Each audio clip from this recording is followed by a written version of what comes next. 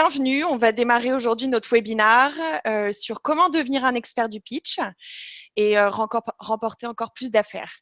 Je suis Paloma Guillemot et je suis Global Field Marketing Manager chez SimilarWeb depuis à peu près 3 ans. Je suis ravie d'avoir à mes côtés aujourd'hui Yoni Bitan, presque à mes côtés d'ailleurs parce que je suis à Londres. Normalement, il pleut. Aujourd'hui, on a un petit peu de soleil, mais j'imagine que pour toi, Yoni, c'est beaucoup mieux à Tel Aviv. Alors, Yoni, on ne t'entend pas.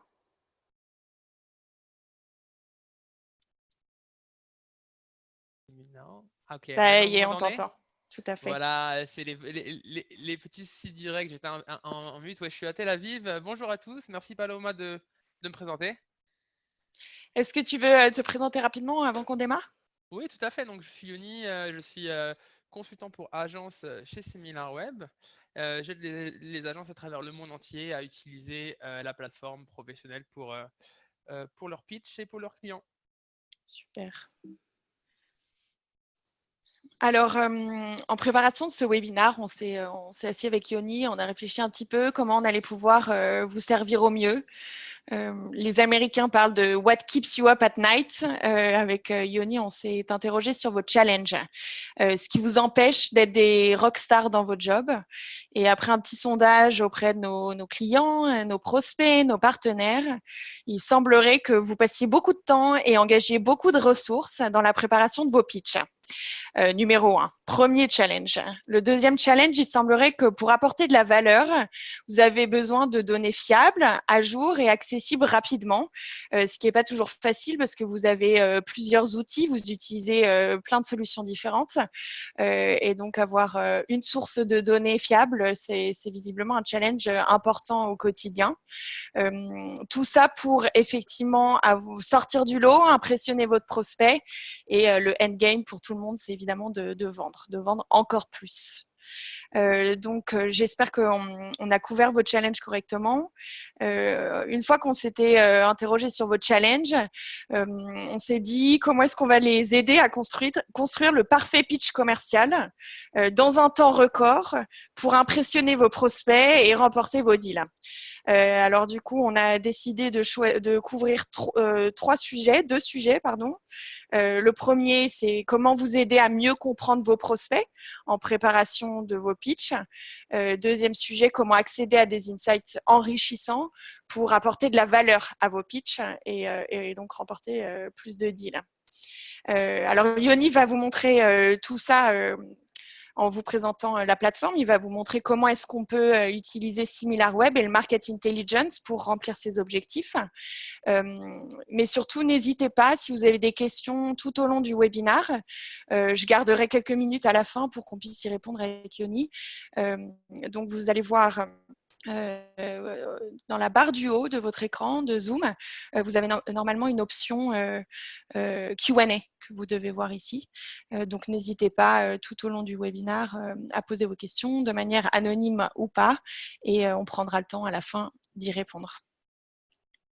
Alors, je vais commencer par vous présenter rapidement SimilarWeb. Pour ceux qui ne connaissent pas, SimilarWeb fournit des insights sur tous les sites web, applications, secteurs et marchés dans le monde. Il vous permet d'analyser en fait 80 millions de sites web, leurs performances, 4 millions d'applications à travers plus de 190 pays.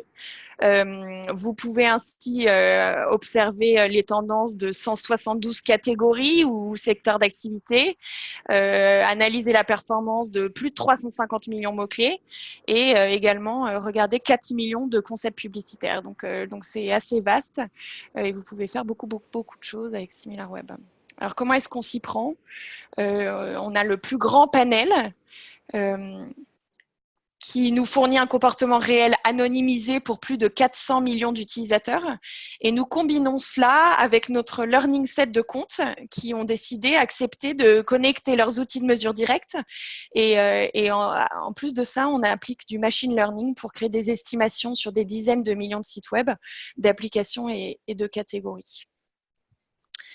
Alors, souvent, on a la question qui vient qu'est-ce que c'est qu'une méthodologie basée sur les panels et surtout quelle est la différence par rapport à une méthodologie qui est basée sur le scraping, qui est souvent utilisée par nos concurrents. Yoni, est-ce que tu veux en parler un petit peu? Oui, tout à fait. Merci Paloma pour ce début de webinaire, ces explications. Donc, effectivement, il y a deux manières d'obtenir de la donnée, le scrapping et la manière qu'utilise SimilarWeb qui est le panel.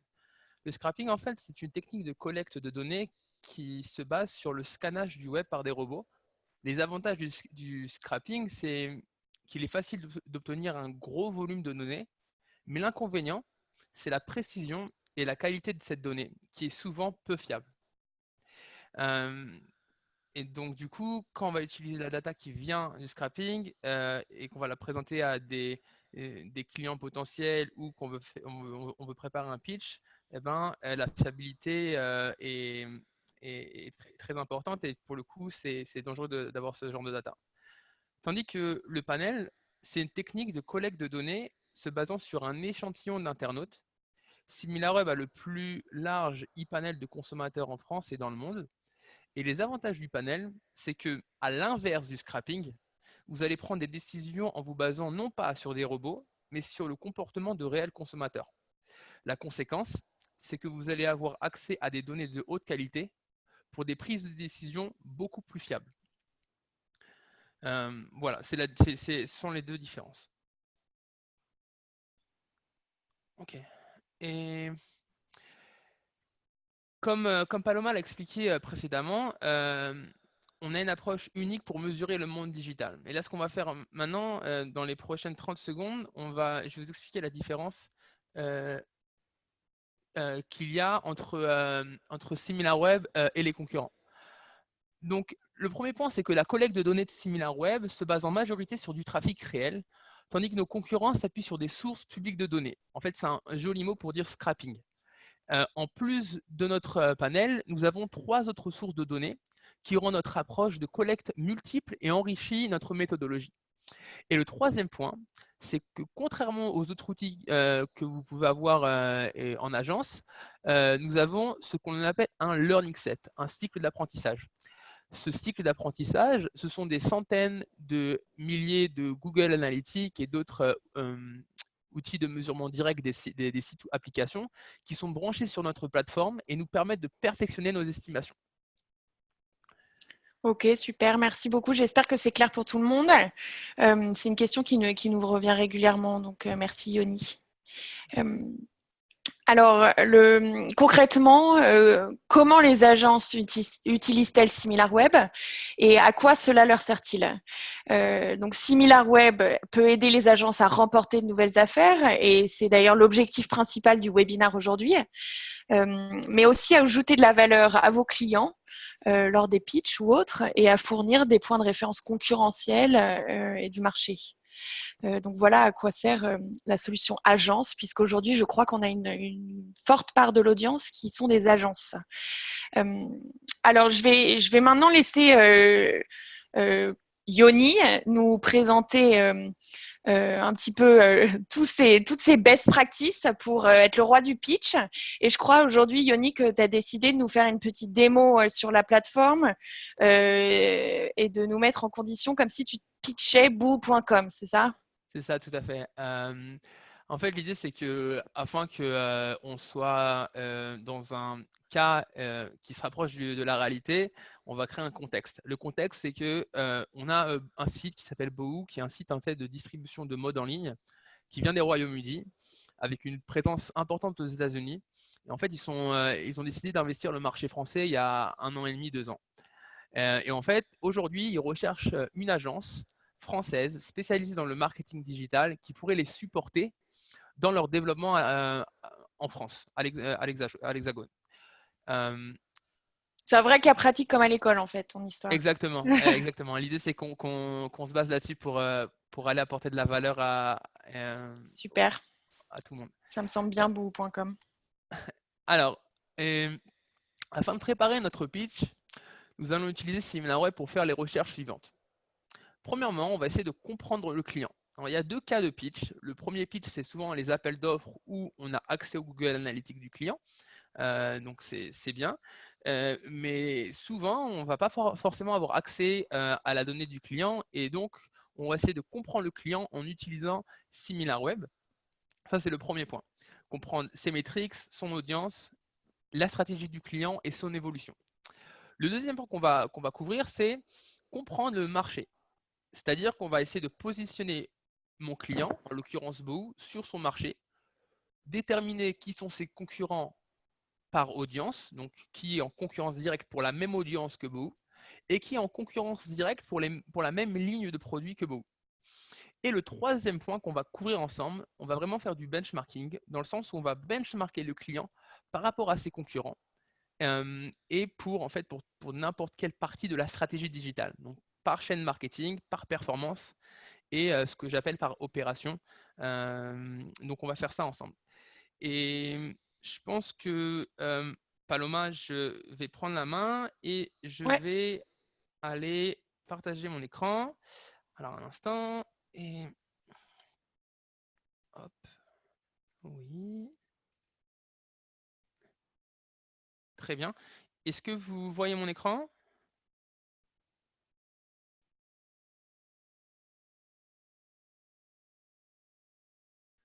Oui, on voit bien. C'est parfait.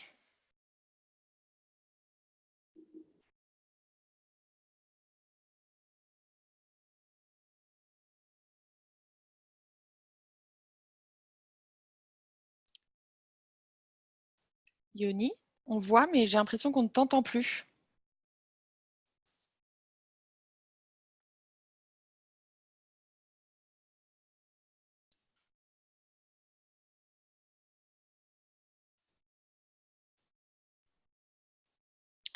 Allô?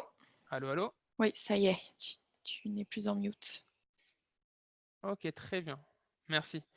Euh, donc, vous voyez mon écran? C'est bon? Ouais, c'est bon. Très bien.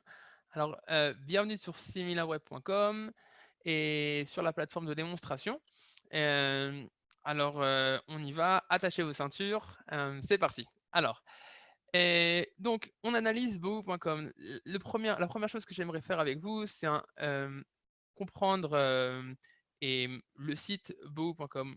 Donc, comme je vous l'ai dit, il y a deux cas. Le cas où on a accès à Google Analytics du client et le cas où on n'a pas accès au Google Analytics. Ici, en fait, ce que je vais faire, c'est que je vais très rapidement avoir une vue sur le volume de trafic de Boo, avoir une vue sur la répartition euh, par, et, par environnement. Et ce que je peux faire maintenant, en fait, ce que je pense que là, la plateforme, elle est en anglais. Et je vais mettre ça en français. Et Paloma, ça va? Je le mets en français? Ouais, Ouais.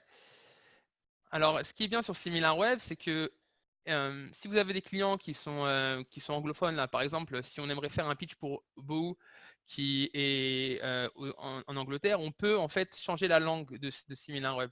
Donc, du coup, ici, on va le mettre en français, mais dans le cas où vous avez Boo et souvent vous avez des clients qui sont anglophones qui aimeraient investir le marché français. Donc, on peut vraiment changer le langage de SimilarWeb et du coup, vraiment se focus sur. alors c'est dans ton account, dans la barre de droite, il me semble que tu vas pouvoir changer la langue. Si tu veux changer la langue du site, c'est sur la home page du site. Si tu veux changer la langue de ta plateforme, ça va être dans ton compte. Alors, voilà, le site est maintenant en français. Voilà. Voilà, merci. Donc, voilà. Donc déjà, premièrement, on a une vue sur le nombre total de visites, la distribution par appareil.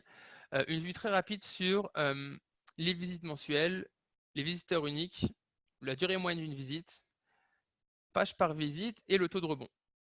Ce qui va être bien, c'est que en plus de ça, on va pouvoir comprendre les pics et les vallées, donc les trends de notre site, avoir une vue très rapide, ça c'est important à avoir, une vue rapide euh, de toute la chaîne d'interaction, de la durée moyenne d'une visite jusqu'au taux de rebond. On va même pouvoir comparer ça. Ça c'est super important dans le sens où j'aimerais savoir si le site que j'analyse, mon site client, il est sur une progression de son trafic ou une dégression.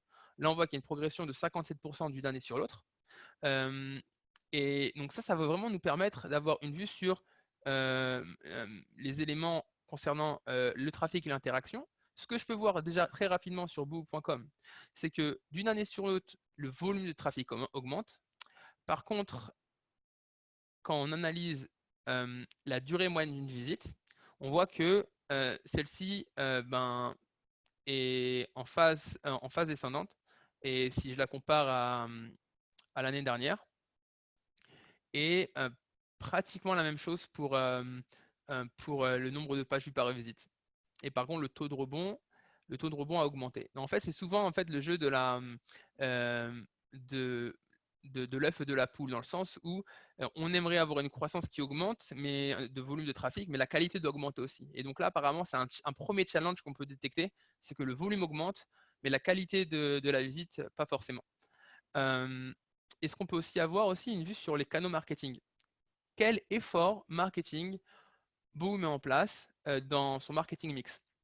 Ici, je vois que en termes d'effort, on voit qu'il y a une augmentation du trafic social, donc qui vient des réseaux sociaux, et une augmentation de l'organique. Et de l'autre côté aussi, en termes de notoriété de la marque, il y a aussi une augmentation. Donc on peut vraiment comprendre l'évolution de la stratégie de n'importe quel site en utilisant SimilarWeb. Et donc ça, c'est un premier élément. Maintenant, on peut même avoir une vue sur la géographie. Et donc ici, on voit que la France est le troisième marché de Boo, après le Royaume-Uni et les États-Unis, en progression de 3 points par rapport au mois dernier. On peut aussi avoir une vue sur la démographie, en genre et en âge. Et donc là, on a une vue que on voit que l'audience est ce sont plutôt des femmes âgées entre 18 et 24 ans. Et donc voilà, donc ça c'est vraiment pour la partie connaître le site en ayant Google Analytics ou même en n'ayant pas Google Analytics. Souvent Google Analytics compliqué à utiliser et SimilarWeb en fait vous facilite la tâche très rapidement. Donc là, on a vu la première partie, analyser le client et les métriques. Maintenant, on va passer à la deuxième partie, c'est comprendre l'industrie du client. Alors, sur SimilarWeb, vous allez avoir accès à plus de 250 catégories et sous-catégories. On peut appeler ça industrie et sous-industrie prédéfinies. Donc ici, je vais aller sur la catégorie, qui est ici, la catégorie mode et vêtements. Et donc, dans la catégorie mode et vêtements, on va voir vraiment tous les sites qui sont liés à la mode et vêtements. Ça peut être des blogs, ça peut être des sites où il y a des interactions, où il y a des achats. Et donc ici, on va vraiment avoir une première vue de à quoi ressemble l'industrie de mon client. Une vue sur les sites les plus populaires, la distribution par appareil. On voit que c'est mobile first. Une vue sur le nombre total de visites sur les 12 derniers mois, en progression de 16%. Okay. Et une vue sur tous les KPI d'engagement, de la durée moyenne d'une visite jusqu'au taux de rebond. Ce qui est très intéressant avec SimilarWeb, c'est qu'on va pouvoir analyser cette data sur des séquences jours, semaines ou mois. On va même pouvoir aller analyser des pics, des trends. Okay. Et toute la data que vous allez avoir sur SimilarWeb, vous allez pouvoir la télécharger par Excel, par PNG et créer des tableaux de bord. Et ça, le tableau de bord, c'est quelque chose qui est très spécial dans le sens où souvent, c'est difficile d'avoir toute la data sur une seule plateforme. Souvent, on va aller chercher la data sur différents tools, différents outils différents, faire plein de recherches différentes. Là, on va avoir vraiment tout sur SimilarWeb et concentrer toute la data pour notre pitch sur une seule page ou sur une seule session. Donc ça va vraiment vous aider, vous faire gagner beaucoup de temps. Ce qu'on va avoir aussi une vue sur les canaux de trafic. Quand on prend l'industrie des vêtements et de la mode en France sur les 12 derniers mois, À quoi ressemble l'acquisition de trafic sur cette industrie? On voit que la plupart du trafic est généré par l'organique, par le trafic payant sur les moteurs de recherche et par le display. On va même pouvoir savoir ensuite quels sont les leaders par chaîne d'acquisition. Si je veux savoir quel est le leader sur le trafic qui est généré par les publicités, okay, on va vraiment avoir une vue sur le mois dernier, donc sur le mois d'octobre, avoir une vue des leaders sur le trafic display, les domaines, la part du trafic display, l'évolution par rapport au mois dernier et la performance de cette stratégie, du nombre, du volume de visites jusqu'au taux de rebond. Un autre élément important qui va nous aider pour comprendre l'industrie, c'est aussi la part de marché. Autant on peut benchmarker notre client par chaîne d'acquisition, autant ce qu'on peut faire aussi, c'est comprendre, quand on analyse le marché global, comprendre où se positionne mon client, Bohu, par rapport à ses concurrents. Donc là, j'ai juste désélectionné Vinted parce que j'aimerais ajouter Bohu. Bohu va être sur la liste numéro 34, en croissance de 14% par rapport au mois dernier. On va vraiment avoir vraiment toute la data concernant les éléments de trafic. Je vais cliquer ici. Là, je vais même pouvoir comprendre l'évolution de Bohu de novembre 2018, où il avait 0,85% de trafic, à par exemple octobre, où on a 0,88. Donc ça stagne un peu.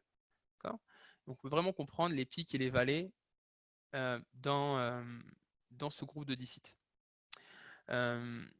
Et là, si je prends les sites globaux, on va prendre les sites transactionnels seulement, les sites où il y a vraiment des achats qui sont. Et Bohu, sur ce genre de site-là, il va être numéro 27. Donc du coup, on va vraiment comprendre où se positionne mon client sur son industrie. Ce qui va se passer, c'est que souvent, le client en soi, il n'est pas forcément en concurrence directe avec GoSport, qui est dans la même industrie. Donc ce qui va être bien avec SimilarWeb, vous allez pouvoir créer une catégorie, ajouter jusqu'à 100 sites internet et vraiment réduire le benchmark sur 10, 20, 30 sites qui sont en relation, en concurrence directe avec Bohu. Et on va essayer de déterminer maintenant, dans la deuxième partie, qui est en fait qui sont les concurrents de Bohu. Alors, il y a deux manières de. Allô Paloma? Oui, je suis toujours là. Donc là, tu Question? nous as montré, non pas de questions encore, mais là, tu nous as montré comment est-ce qu'on pouvait comprendre la stratégie de ton client que tu es en Tout train à fait. d'essayer de pitcher. Et là, tu vas nous montrer comment est-ce que tu peux analyser en profondeur la stratégie des concurrents, c'est ça? Alors, bonne question. Avant d'analyser la stratégie des concurrents, on va les déterminer. On va essayer de déterminer la concurrence de Bohu. Ok. D'accord? Là, on a vu qu'on a analysé l'industrie. Maintenant, j'aimerais comprendre qui sont mes concurrents. Alors, il y a deux manières d'analyser la concurrence. En fait, il y a deux types de concurrents. Il y a les concurrents pour la même audience de Bohu et la concurrence pour la même ligne de produit. Alors, la première manière de trouver la concurrence, c'est d'utiliser notre panel. Ça veut dire que grâce à SimilarWeb, on peut comprendre quel est le centre d'intérêt des utilisateurs de Bohu. C'est-à-dire qu'on peut savoir, quand les utilisateurs sont sur bohu.com, quels sont les autres sites qu'ils visitent sur la même session en moyenne durant 24 heures. Donc là, on a pris 3 mois. Je vais prendre 12 mois pour comprendre un peu sur l'année à quoi ça ressemble. Donc ici, je vois déjà que très rapidement, quand un utilisateur est sur bohu.com, 14% du temps, il a une fenêtre de prettylittleping.fr ouverte. Donc ici, si je clique ici, on a une vue très rapide sur qu'est-ce que le site. On voit que c'est vraiment du shopping pour femmes, commande en ligne, etc. On voit qu'aussi qu'il est en concurrence vraiment forte, 34% des sessions, il est en concurrence directement avec Asos.fr, concurrence avec Bershka, Zara. En tout cas, sur la même audience, il y a 13 à 10 à 35% de l'audience de Bohu qui est sur des sites comme Asos, Bershka, Zara, H&M. Donc ça, c'est une première manière de détecter nos concurrents. Maintenant, il y a une deuxième manière, c'est de comprendre sur une même ligne de produit qui est en concurrence directe avec Boo. Alors, ce que je vais faire rapidement, je vais analyser quels sont les mots-clés qui génèrent du trafic à Boo. Donc là, on est sur la partie trafic de recherche. On va repartir dessus en profondeur dans quelques minutes. Mais là, en fait, ce que j'aimerais comprendre, je vais prendre les mots-clés qui ne sont pas référents à la marque, comprendre quels sont les produits qui génèrent le plus de trafic en recherche pour Boo sur les 12 derniers mois. Donc, non référent à la marque, lingerie. Donc, voyez, on a lingerie, vêtements femmes, maillot de bain, robe. Alors, on va prendre, il y avait bonne, on va prendre les robes, par exemple. Non, si je vais filtrer ici tous les mots-clés qui sont liés aux robes. Ok.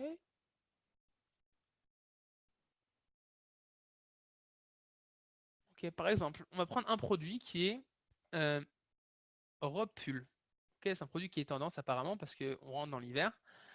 On va aller essayer de comprendre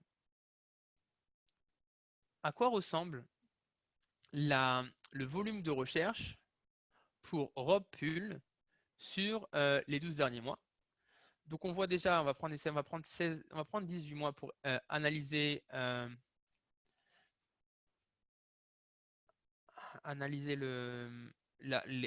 tendance. Donc très clairement, Repul, c'est un produit qui est sous la ligne de produits robe. Et on voit vraiment là, par exemple, Repul, voilà, c'est un produit qui est super saisonnier. Donc, vraiment on rentre dedans, donc c'est parfait d'analyser ça maintenant. Et là, on voit très rapidement quels sont les sites qui génèrent du trafic pour ce mot-clé. Les domaines, donc on voit qu'on est en concurrence avec Pimki, Zalando, Kiabi. On a la part du trafic. Le changement par rapport au mois dernier, on voit qu'il y a une augmentation de 400% de septembre à octobre. Et on a une vue aussi sur les pages d'atterrissage des produits. Donc ça, c'est une première manière de comprendre qui sont mes concurrents pour eux-mêmes ligne de produits. Mais Repul en soi, c'est quoi? 64, 76, 77 000 volumes de recherche par mois, 35 000 visites. Ce que je veux faire, en fait, c'est essayer de comprendre ici dans le générateur de mots-clés, quels sont les mots-clés qui sont autour du monde Repul. Ce que j'essaye de faire maintenant, c'est de créer un univers autour de ça. Donc, on voit qu'il y a des mots-clés qui sont liés à la marque, des mots-clés associés. Okay. Je vais créer maintenant un univers autour de Repul. Et maintenant, je vais comprendre sur ce produit à quoi ressemble le marché en termes de volume de recherche et qui sont mes concurrents en organique et en payant. Donc, sur les 3 derniers mois, on a une vue moyenne de recherche, moyenne de visite suite à une recherche. Et voilà, donc Boo est numéro 2 ici. On a pris vraiment le groupe de mots-clés qui est ici. On a pris un groupe de mots-clés avec le mot-clé, le changement par rapport au mois dernier, le coût par clic et le volume moyen mensuel. Et là, on voit qu'on est en concurrence directe avec Pinky, Zalando, La Redoute, Camailleux sur tout ce qui est Repul. Alors, imaginez que vous allez pouvoir, avec SimilarWeb, pour n'importe quelle ligne de produit, créer des arènes de compétiteurs. Et là, on est sur les Repul, on peut aller sur les robes de demoiselles d'honneur. On a vu ça tout à l'heure dans la partie analyse des concurrents. Là, on peut faire la même analyse en trafic payant et non seulement analyser sur les 18 derniers mois, mais aussi analyser sur les 28 derniers jours et avoir une vue vraiment, un tracking qui est assez costaud de comment se fait la compétition, l'acquisition de trafic payant ou organique sur une ligne de produit bien spécifique. Okay. Donc là, maintenant, on a vu qui est en concurrence directe avec Boo sur un produit bien spécifique. Donc, maintenant que je vous ai expliqué comment est-ce qu'on définit la concurrence par ligne de produit et par audience, on va aller maintenant analyser Boo avec des concurrents direct. Pardon. Voilà, c'était beau. Très bien. Maintenant, on va les prendre, on va les vraiment analyser et benchmarker Boo avec la concurrence. Donc, ici, je vais choisir asos.fr.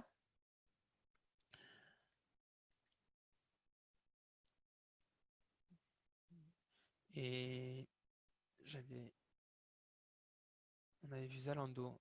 Zalando, il est ici.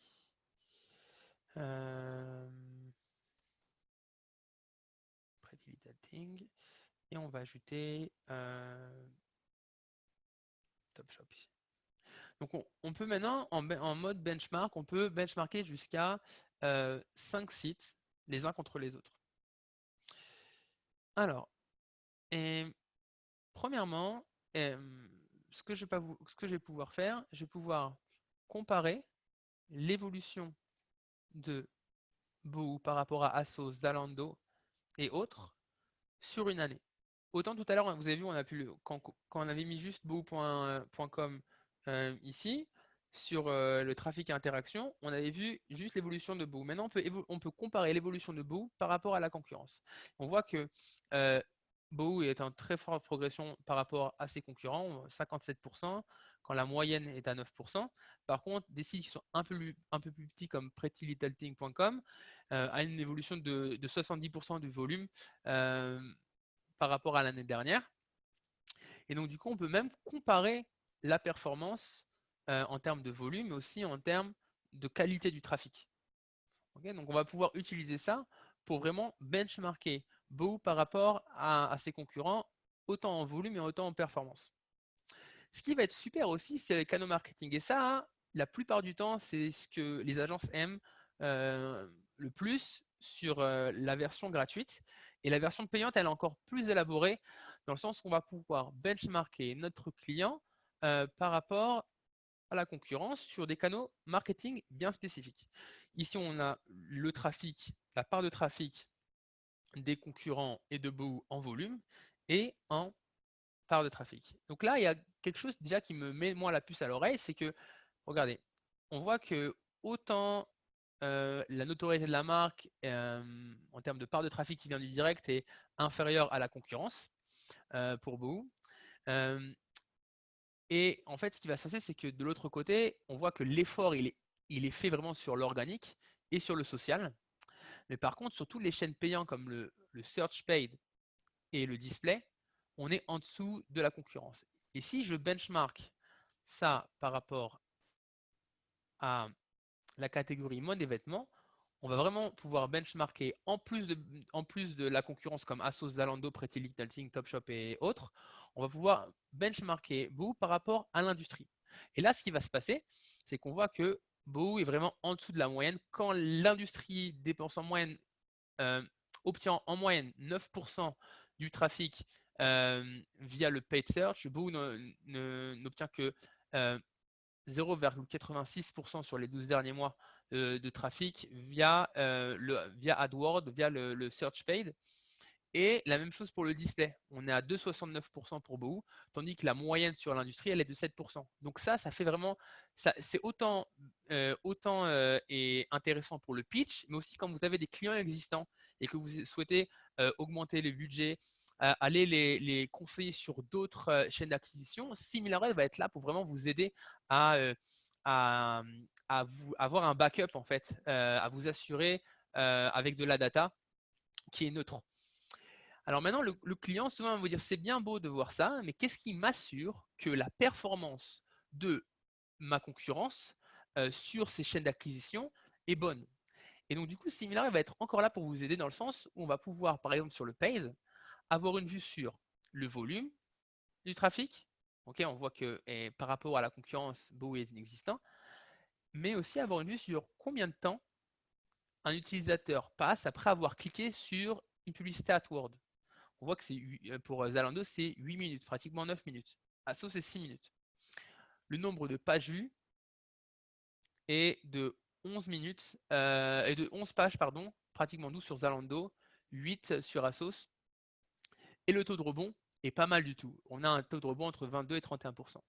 Et donc là, quand je vois que Boo obtient pratiquement 60% de son trafic par l'organique, je vais même pouvoir essayer de comparer le résultat en termes de taux de rebond ici. On reste sur le taux de rebond. On a 22% sur du payant pour Zalando.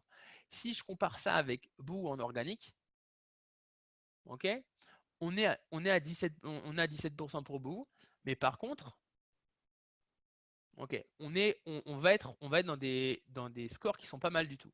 En tout cas, ce qui va se passer, c'est que on va pouvoir, en tout cas, aider notre client à prendre des décisions en faveur ou en défaveur d'une chaîne d'acquisition en fonction de ce que fait la concurrence, et on va pouvoir faire ça pour n'importe laquelle des chaînes d'acquisition ici. Maintenant, ce qui va être aussi intéressant à faire, c'est comprendre comment en fait l'audience se chevauche entre Boohoo et la concurrence. Et il y a quelque chose qui est sans appel ici, c'est que ce qui va se passer, regardez, Boohoo, les visiteurs de Boohoo vont aller visiter Asos.fr, Zalando, Pretty Little Thing, Topshop. Par contre, Asos.fr, il est pratiquement pas menacé. Il est juste menacé peut-être par Zalando, mais il n'est pas menacé par Boohoo. On voit qu'il n'y a pratiquement pas de chevauchement parce que Asos est un énorme site. Il n'y a vraiment pas de chevauchement, en tout cas pas assez de volume de visiteurs qui sont sur Boohoo.com, pardon, quand ils sont sur Asos.fr. Et donc, du coup, on voit que Asos est une menace pour Boohoo, mais Boohoo, pour l'instant, il n'est pas une menace pour Asos. Ces éléments-là vont mettre la puce à l'oreille à votre client potentiel, et c'est des éléments qu'il n'a pas. C'est quelque chose qui est vraiment unique à SimilarWeb et qui ajoute beaucoup de valeur à votre pitch. En plus de ça, ce qui va être intéressant à faire, c'est de comprendre quels sont les médias ici, quels sont les médias qui sont ouverts, en tout cas quels sont les sites qui ont AdSense et qui sont ouverts quand les visiteurs de Boohoo sont en train de naviguer sur Boohoo.com. Et donc là aussi, c'est un autre moyen de pouvoir utiliser le panel pour créer un levier de décision, de prise de décision sur l'achat de médias, et de faire la même chose évidemment pour mes concurrents, et comprendre sur quels médias se trouve la concurrence, les utilisateurs de mes concurrents. Voilà. Donc ça, c'est un élément sur le centre d'intérêt. Ce qu'on va faire maintenant, c'est qu'on va faire un benchmarking. On va essayer de détecter des opportunités pour le trafic de recherche et pour le trafic référal, afin de pouvoir comprendre le potentiel de trafic que Boohoo n'obtient pas par rapport à ses concurrents. Alors, on va aller sur ce qu'on appelle le champ de bataille des mots-clés. Ici, en fait, on fait vraiment un benchmark total de la stratégie de SEO de mon site client par rapport à la concurrence. Donc ça prend un peu de temps parce qu'apparemment on est sur beaucoup de volume de recherche.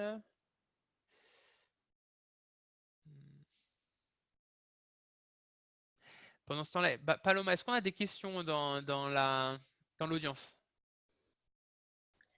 On a pas mal de questions. Moi déjà, je voulais dire que c'est toujours assez impressionnant de rentrer dans un use case comme celui-là. On voit bien à quoi sert SimilarWeb, mais de le voir en pratique comme ça et la profondeur des données, c'est assez incroyable, je trouve.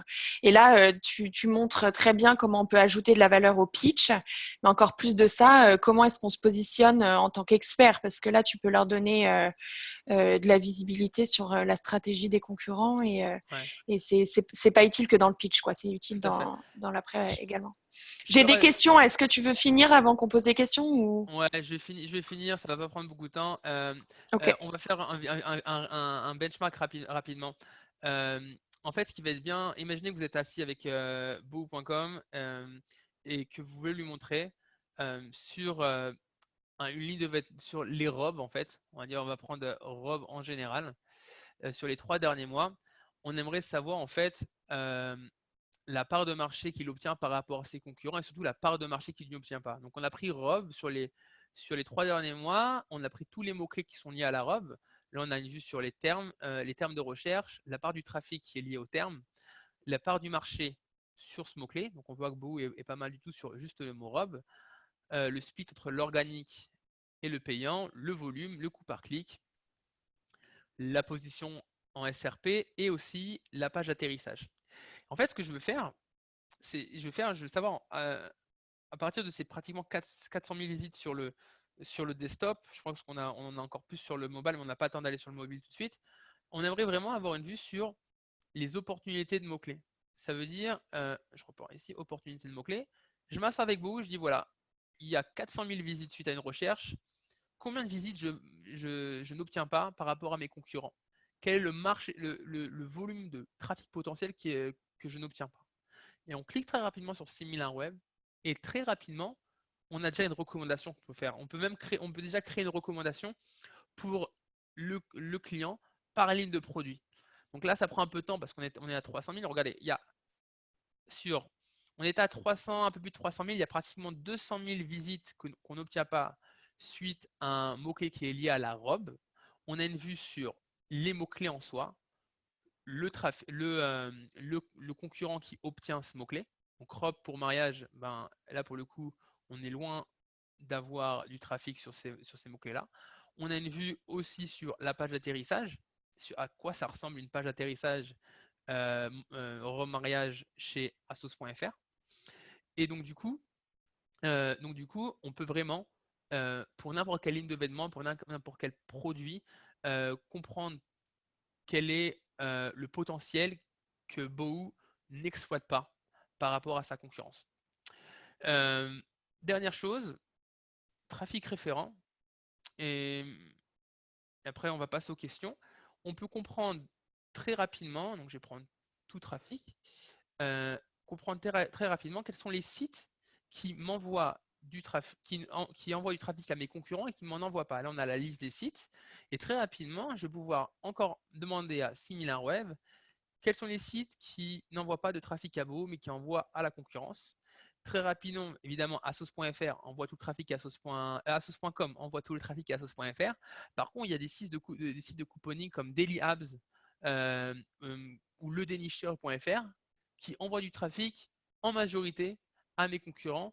Et donc, du coup, c'est des opportunités aussi de croissance qu'on peut suggérer à Bohu.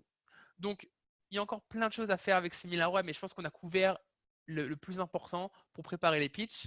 Maintenant, je pense qu'on peut passer aux questions Paloma. Ok, tu veux nous faire un petit récapitulatif si jamais tu es toujours dans tes chaussures de vendeur qui pitch à bout, quelles seraient les recommandations que tu leur ferais maintenant qu'on a fait la démo et qu'on a vu autant de choses? Je pense que ce serait utile de récapituler un petit peu quelles seraient tes recommandations pour finir ce pitch. Ok, alors, donc, si j'avais des recommandations à faire à Bohu, j'ai passé plus de temps, moi de mon côté, pour préparer ces recommandations. Il y a déjà un élément important, c'est augmenter les efforts sur les leviers payants. On l'a vu ensemble, il y a un gap entre l'industrie, la concurrence et Bohu par rapport aux leviers de paid search et de display. Aussi, moi, je conseillerais aussi de faire une analyse concurrentielle par ligne de produit afin d'optimiser l'acquisition de trafic. On a aussi un onglet social chez SimilarWeb qui focus que sur le web et j'ai vu que la présence sur les réseaux sociaux comme Facebook, Twitter et Instagram ne sont pas forcément une priorité pour Bohu par rapport à sa concurrence. Bohu est plus focus sur YouTube. Donc du coup, ça, c'est un des leviers qu'on peut utiliser sur le social. Aussi, on va envisager un ciblage display sur des éditeurs comme tendancedemode.com ou Vinted qui en fait envoient beaucoup de trafic display à des sites comme Asos.fr. Et aussi, on l'a vu tout à l'heure sur les référals, on va se rapprocher, je proposerai à Bohu de se rapprocher sur des sites de comparaison ou de couponing comme DailyAbs ou ledénicheur.fr pour mettre en place une stratégie de référal. Voilà. Et je pense qu'aussi, je vais faire une petite conclusion sur la préparation d'un pitch. Pour conclure, je sais qu'il y a eu beaucoup d'informations en peu de temps, mais je vais essayer de faire un récapitulatif rapide. Premièrement, pour préparer un bon pitch, avec SimilarWeb, on va analyser le site prospect, même si on a le Google Analytics. Et l'idée, en fait, c'est de se concentrer sur les parts de trafic plus que les chiffres absolus. Le deuxième point, c'est de définir son environnement concurrentiel pour la même audience ou pour la même ligne de produit. Grâce à ça, on va pouvoir vraiment faire l'effet wow au client et ajouter de la valeur dans le pitch. Troisième point, c'est de comprendre la tendance de croissance du client par rapport à ses concurrents et à son industrie. Vous vous rappelez, on a vu la différence de progression d'une année sur l'autre en comparant Boo aux autres sites. C'est intéressant à voir aussi. C'est une image qu'il n'a pas, que le prospect n'a pas. Faire un marketing, un benchmark sur les chaînes d'acquisition du direct, de l'emailing, du display, du search payant ou organique, du social, c'est quelque chose qui est important à faire et aussi de voir en fait la performance de ces chaînes d'acquisition pour les concurrents afin de proposer aussi des solutions pour Boo. Et comme on l'a vu tout à l'heure avec le benchmark sur les mots-clés, sur les référals, délimiter les forces et faiblesses du prospect par chaîne d'acquisition, c'est important. Et aussi, on n'a pas forcément vu ça, mais on peut générer des rapports ou des copies écran en utilisant SimilarWeb et ça ajoute aussi beaucoup de valeur. Voilà. Bah voilà, j'ai pas mal de questions qui sont en rapport avec ça, justement. Tu parlais de Google Analytics à l'instant. C'est une question qui nous revient régulièrement. À quel point vos données sont-elles précises? Parce que ça correspond pas toujours avec Google Analytics. C'est une des questions qu'on a dans le chat, si tu veux y répondre. Alors, bonne question. Évidemment, c'est quelque chose qui revient souvent. Alors, étant donné que notre méthodologie de collecte de données, elle se fait en fait via panel, plus grand sera le site en termes de volume, plus précis seront nos estimations. Le threshold chez SimilarWeb, le seuil, c'est à partir de 100 000 visites par mois, on va être assez précis. On va voir en moyenne 20% d'écart de volume sur le Google Analytics. Mais ce qui va être important, c'est que si on analyse ces données mois par mois pendant 12 mois et qu'on les compare au Google Analytics, concernant la corrélation des tendances, on va être très très très proche. Souvent, on est proche de 100% avec les tendances de votre Google Analytics. Voilà. Ok, donc ne pas comparer les outils entre eux parce que les méthodologies sont souvent différentes et donc il faut comparer Apple to Apple, comme on dit en anglais, et surtout ne pas s'attarder sur les valeurs absolues, mais comparer les tendances, s'assurer que les tendances Tout à fait. sont bonnes. Si, Ça. on a souvent l'exemple, j'ai des clients des clients qui ont Google Analytics, Adobe Analytics et un autre analytique sur le même site internet.